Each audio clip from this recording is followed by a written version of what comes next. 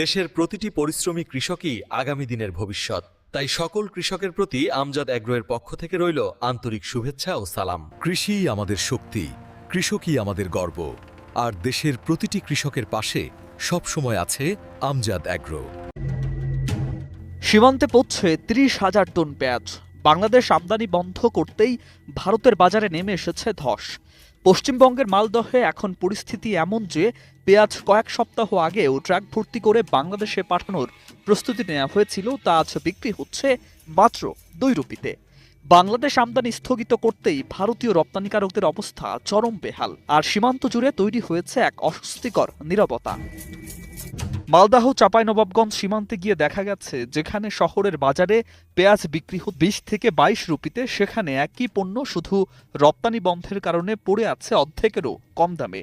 পাহাড়সম পেঁয়াজের বস্তা বিক্রি করতে হচ্ছে ১০০ রুপি বস্তায়। এক কথায় শক্ত আঘাত ভারতের ব্যবসায়ীদের ওপর। বাংলাদেশের বাজারে নির্ভর করে যে ব্যবসায়ীরা পেঁয়াজ মজুত করেছিলেন, আজ তাদের লসের বোঝা টানতে হিমশিম খেতে হচ্ছে। ভারতের পেঁয়াজ রপ্তানিকারকরা এখন সরাসরি দায় চাপাচ্ছেন নিজেদের ব্যবসায়িক ভুল সিদ্ধান্তের উপর। বাংলাদেশের মৌখিক অর্ডারের ওপর ভরসা করে তারা শত শত ট্রাক পেঁয়াজ মজুত করেছিলেন ইন্দোর, নাসিক সহ দূরদূরান্ত থেকে।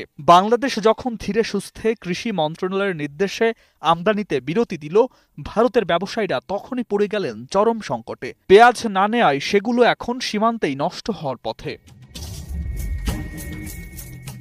ব্যবসায়ীদের ভাষ্যে, যে পেঁয়াজ বাংলাদেশে যাওয়ার কথা ছিল তা এখন স্থানীয় বাজারে ছুড়ে দিতে হচ্ছে ২,৬,৮ রুপিতে। পরিবহন খরচ, তেল, শ্রম একটা উঠছে না। বাংলাদেশ আমদানি বন্ধ করতেই ভারতের রপ্তানি নির্ভর এই ব্যবসায়ীরা রীতিমতো হতাশ। কেউ কেউ বলছেন, আর কয়েকদিন এমন চললে সর্বশান্ত হয়ে যাব।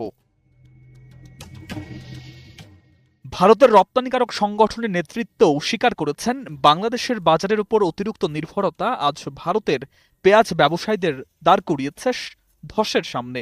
সীমান্ত বন্ধেই দেখা মিলেছে কঠিন বাস্তবতার। বাংলাদেশ না বললেই ভারতীয় বাজারে নেমে আসে ধস। দেশের প্রতিটি পরিশ্রমী কৃষকই আগামী দিনের ভবিষ্যৎ। তাই সকল কৃষকের প্রতি আমজাদ অ্যাগ্রোর পক্ষ থেকে রইল আন্তরিক শুভেচ্ছা ও সালাম। কৃষিই আমাদের শক্তি, কৃষকই আমাদের গর্ব, আর দেশের প্রতিটি কৃষকের পাশে সবসময় আছে আমজাদ অ্যাগ্রো।